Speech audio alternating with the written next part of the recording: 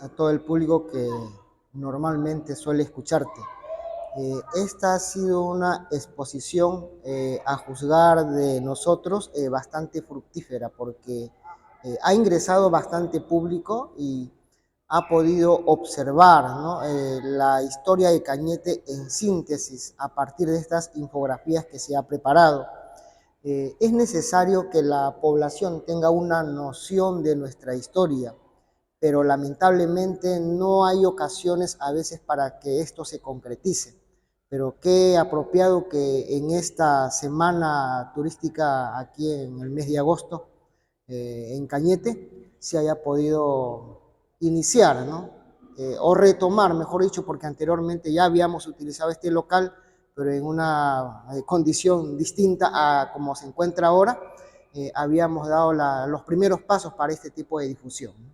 Este tipo de actividades debe ser permanente, tener mayor constancia, tener esta posibilidad de mostrar, orientar y dar a conocer a propios y a quienes nos visitan la riqueza histórica y cultural con que cuenta Cañete. Desde luego, estábamos precisamente conversando ahí con el grupo del colectivo, tratando de que este local que se nos ha proporcionado en esta ocasión ya mejorado, debiera ser un salón permanente todos los agostos de cada año. ¿Para qué? Para que la gente, el público que se aglomera aquí por estas fiestas, no simplemente pues venga a recrearse, a pasear, pero a la vez debe usarse este momento como para aprender, para conocer más acerca de la provincia. Este es un local apropiado, pero podemos mejorarlo, podemos acondicionarlo, añadir otros elementos adicionales para que la preparación y la información sea más completa, ¿no? Como por ejemplo ponerse una pantalla de televisión allí, acompañarlo de sonido, poder acoplar mejor los afiches, porque como usted ve a veces de afiche que nos ha caído porque no está acondicionado para recibir esta clase de presentaciones. Entonces, si se acondiciona esto, se pone rótulos más llamativos que dirijan a las personas a estos locales, desde luego que estos centros van a ser un punto básico para la difusión de la historia de Cañete. Y hay que entender que la persona que quiera conocer Cañete va a partir de conocer también su historia. El que quiere apreciar tiene que conocer su historia para apreciarlo. Sin eso no se puede hacer.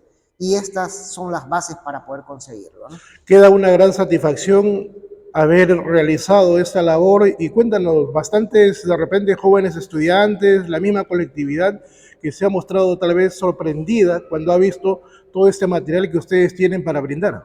Claro, varios tipos de sorpresas, ¿no? Por ejemplo, hay personas que nos han visitado y entre las imágenes que estamos presentando han resultado encontrar a sus abuelos, y a veces que los mismos padres no le habían podido explicar sobre su actividad artística que hayan podido tener en el pasado, pero aquí lo han encontrado. Han venido estudiantes también que se han sorprendido por la información que hemos tenido aquí. La información que estamos presentando es producto de investigación de varios años. Hay situaciones que incluso hasta yo he tenido parametrada una manera histórica de la provincia de Cañete. Sin embargo, en el proceso de investigación último hay cosas que se han reajustado, ¿no? Y es necesario que todos tengamos a la mano este tipo de información, porque a la historia no la podemos especular. La historia hay que contarlo tal cual es, nos agrade o no nos agrade, pero es nuestra historia y es la manera como debe difundirse, ¿no? ¿Crees tú que este tipo de exposición debería hacerse, por ejemplo, en los ambientes de la biblioteca Hipólito Unanue, que poca utilidad tiene en estos momentos? Claro, la biblioteca, aparte de difundir la información bibliográfica, también debería ser acompañada de imágenes ilustrativas, que el estudiante o la persona que vaya a la biblioteca no solamente se nutra mediante las lecturas, sino también mediante las imágenes. Debería haber un lugar especial en la biblioteca acondicionado con imágenes y con algunas notas o leyendas al pie de las imágenes para poder esclarecer más el personaje o la actividad que se está presentando ahí, ¿no? Eso es educar a partir de gráficos y también de leyendas, ¿no? Junto a los gráficos.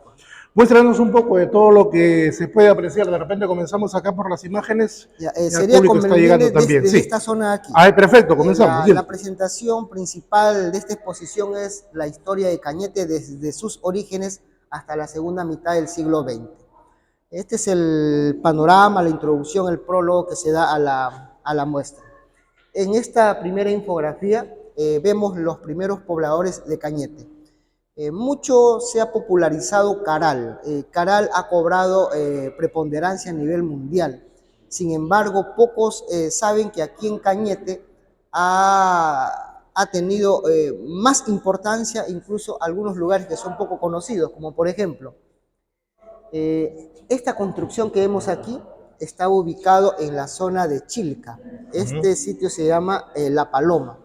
Esto fue construido 6.000 años antes de Cristo. Ojo que aquí se erige la primera construcción del Perú y de América. Caral todavía no aparecía. Tendrían que pasar 3.000 años más para que recién Caral nazca. Y en Caral sí, lo que ellos logran concretizar es la primera ciudad, ojo, ciudad del Perú y América, pero la primera construcción arquitectónica estuvo aquí en Cañete.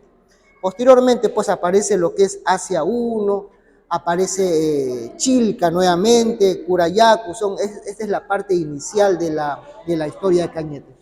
A partir de aquí empieza un proceso de transición con diferentes señoríos o diferentes etnias según los valles, por ejemplo, tanto en el Valle de Mala como el Valle de Lunahuaná, el Valle de Omas también aparecen sitios como el Cerro Salazar que está en Mala, el Cerro de Oro que está aquí bastante cerca por San Luis, Guacamalena, ¿no? También en la zona de Asia, y otros señoríos también como por ejemplo vemos los de Cuaillo, ¿no? Aparece también el señorío de Lunahuaná aquí en la zona de Caltopa.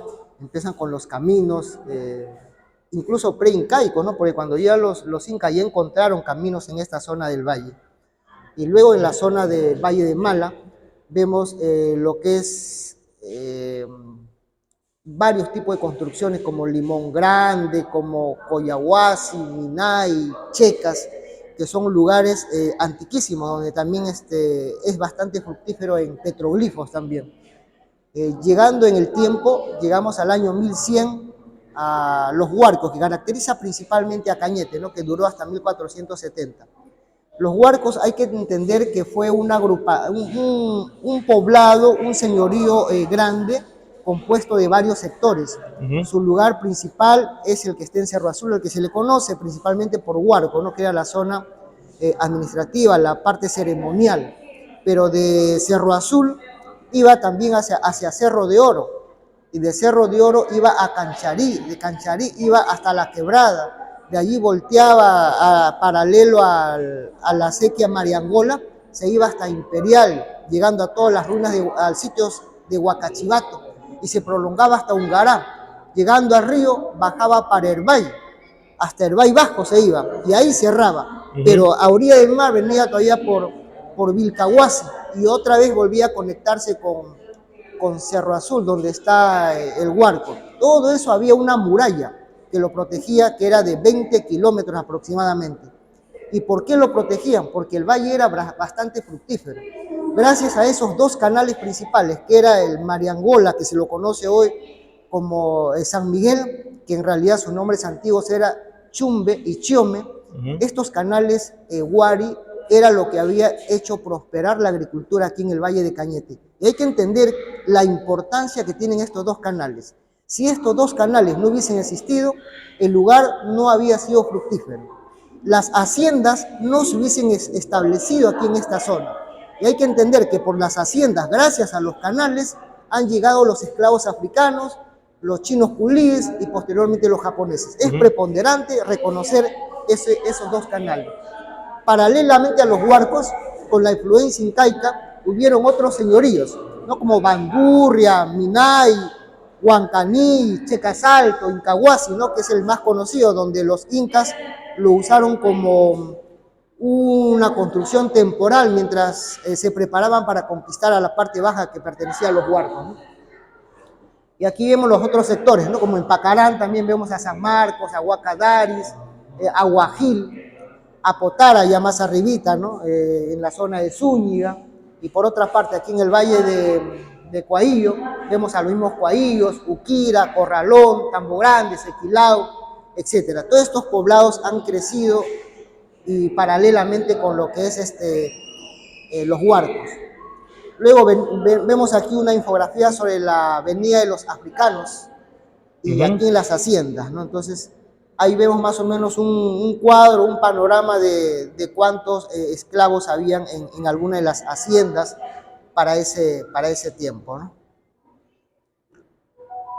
No hay que olvidar que aquí Cañete era la provincia donde cobijaba al distrito de Chincha Alta y Chincha Baja también, juntamente con Cañete, donde los esclavos estaban aglomerados en mayor número en esta parte del sur de Lima, ¿no? Todo este trabajo, sin duda alguna, ha sido tesonero, constante por parte de todo el equipo del colectivo Surreal y también de ustedes de manera individual. Este es un mapa, más que distritos, se está enfocando las haciendas, porque las haciendas eran los espacios, las áreas geográficas más grandes que abarcaban. Entonces es una especie de mapas, pero a partir de las haciendas en todo el Valle de Cañete, ¿no?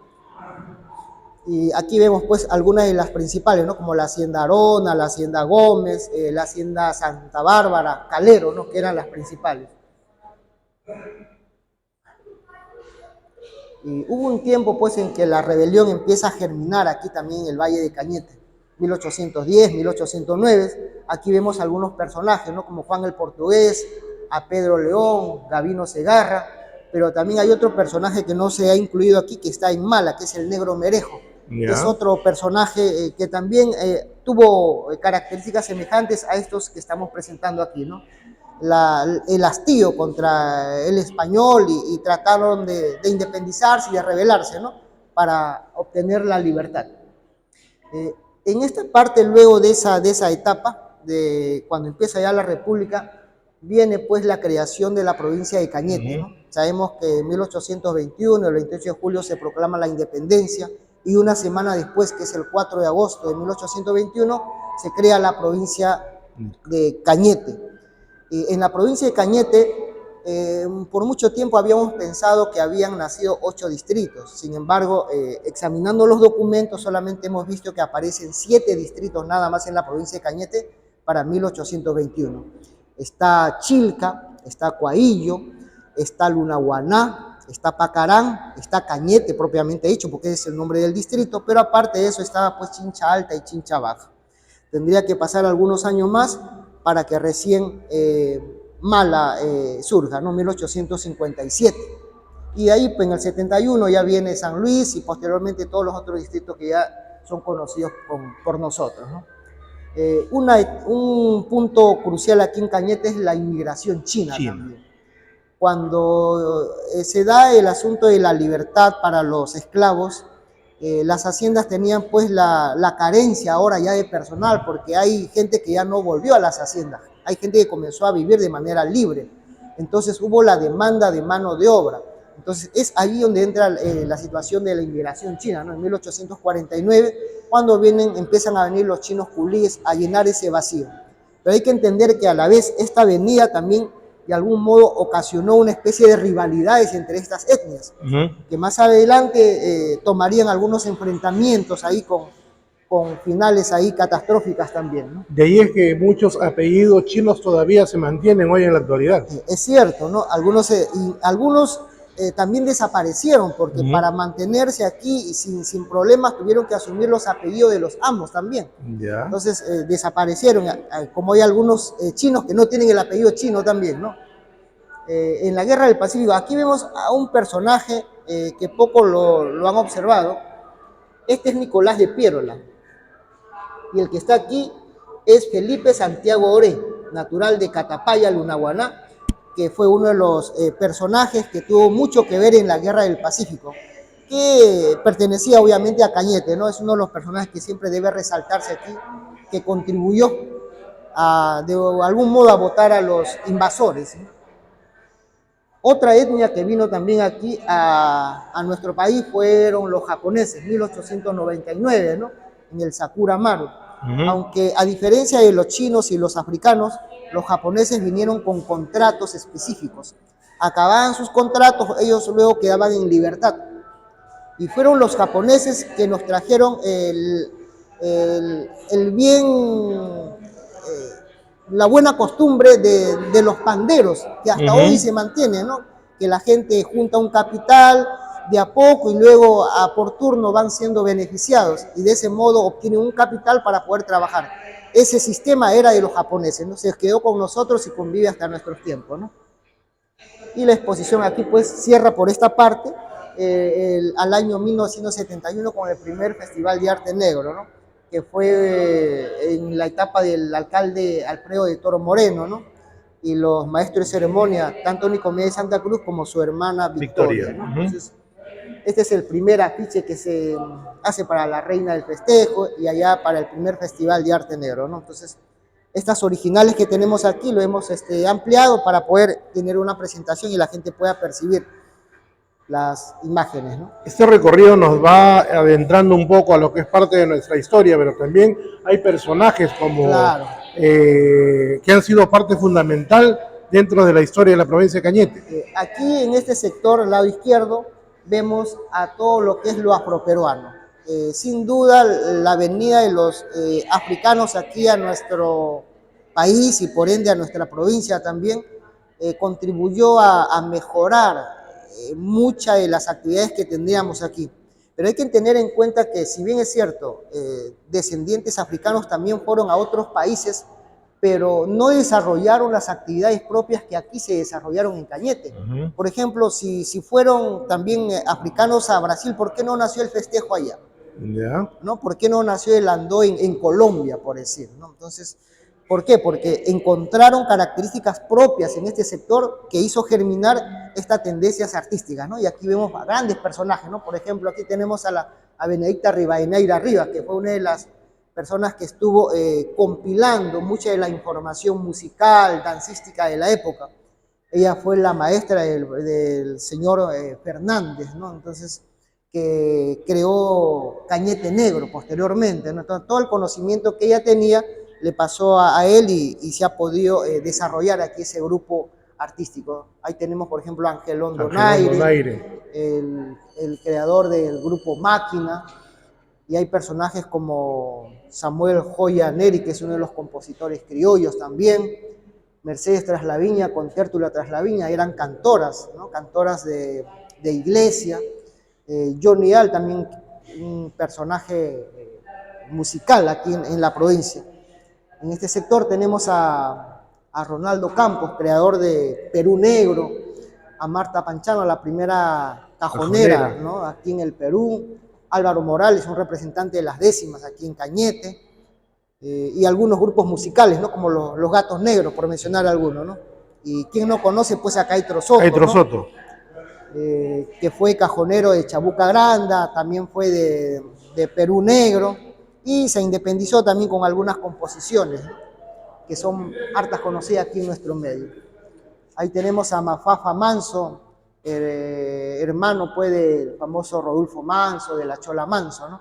Pero que desarrolló pues, el arte musical aquí en nuestra provincia. Ahí está el padre, ¿no? Ufo Manso Mazonce. Él es el papá tanto de Rodolfo, de la Chola Manso, de Mafafa. Entre otros de los músicos que tenemos aquí es a Coco Linares, a José Cotopón Contreras, el creador de Quién se comió a mi gato, ¿no? Aquí el grupo Casino, y en el deporte podemos mencionar pues a Héctor Chumpitaz, a Lolo Fernández, y en realidad hay un montón más de deportistas, ¿no? Que las paredes no nos han permitido presentar todo lo que quisiéramos, ¿no? Lo importante creo de todo esto es que ha existido la voluntad de poder darles a ustedes las facilidades debido también a algunas situaciones de falta de infraestructura o logística, pero que ha posibilitado que vayan ustedes germinando un poco el conocimiento de lo que representa Cañete para hacer eso que tú has dicho, buscar la identidad. Si no conocemos nuestra historia, no podemos hablar de una identidad tan rica y vasta que tiene la provincia. Así es, y el problema de estos tiempos es que exposiciones de este tipo está luchando de manera dispareja con la tecnología. Ujú. Los jóvenes actualmente están con los aparatos tecnológicos que en realidad resultan ser más atractivos, ¿no? Que entrar a un museo, que leer un libro o escuchar una conferencia con relación a historia. Entonces tenemos que valernos de muchos medios para tratar de conquistar ese cambio, ¿no? Para que la gente tenga una tendencia pues a aprender la historia, y lugares como estos son pioneros, ¿no? Aquí en la provincia para poder lograr ese objetivo, ¿no? Entonces, Esto podría convertirse, no sé, tal vez en tipo una feria cultural o educativa itinerante que podría mostrarse en los diversos distritos de la provincia de Cañete. desde luego que sí. Y qué bueno que lo mencionas, porque si hay alcaldes de otros distritos y ellos quisieran tener esta información en sus distritos, pueden contactarse con el colectivo Surreal. Lo único que nosotros solicitamos es que nos permitan el traslado de este material, porque es costoso trasladar, por ejemplo, este material a un distrito, traerlo, guardarlo, requiere mano de obra, requiere tiempo. O si usted, por ejemplo, en un determinado distrito quiere tener una información sobre su distrito de manera específica, nosotros pudiéramos elaborar infografías de este tipo. Lo único que le pediríamos, pues, que corran con los gastos de la infografía, ¿no? Y nosotros damos toda la información, hacemos el trabajo y se puede exponer en sus propios distritos para que su población conozca de manera cercana toda la información que tiene, ¿no?